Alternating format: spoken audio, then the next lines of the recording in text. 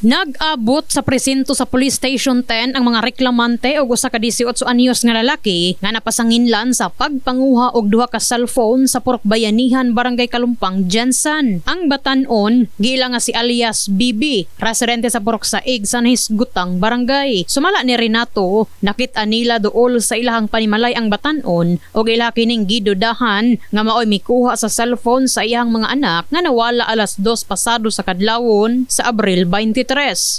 Diri po ni speakers ma'am, di siya ilang kuan ma'am. Oo. Dito gyapon nga purok. Mao gyud nga purok. Diari siya sa gawas pero ang gilos naabli na. Mata na, mao na to nakita dito siya, open na.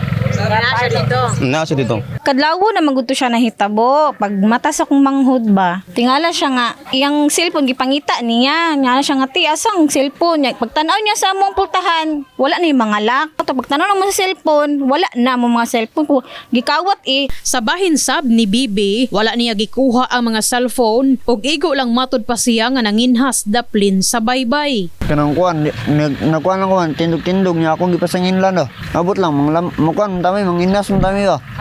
Maglambay ko. Ngalam ko, nang di babay diri niya. Tapos, abi nilag videoan ko kasi abi nilag mangawat ko. Ingon ako, ingon sila, ipadlock daw nila sa prisuhan.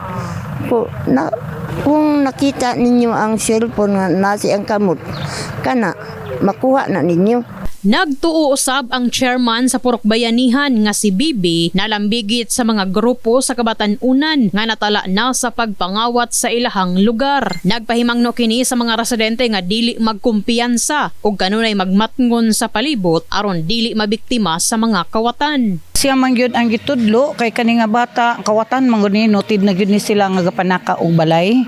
So ang problema kay dadala sa police station so wala man poy nakita nga gibit-bit kanang panahon sa lami na ang tulog mao man poy ipanaka nila. Kami nagaparubing gyud mi diha, dili man pwede nga walay rubing pero usahay man gud sa rubing kutob ra pod alas 12 dili na maabtan og buntag gumikan pod sitwasyon nga puro may mga anak isip usa ka purok chairman paningkamutan na lang pod nako nga mabalik na gyud sa dati pod nga ang rubing nga nagyud magsugod sa gabi hantod gyud sa kadlawon. Nasayran, wala gipasakaan og kaso sa kapulisan ang batan-on tungod sa kakulangon og ebidensya. In the heart of changing lives kini sa Enemy Mugpon, Brigada News.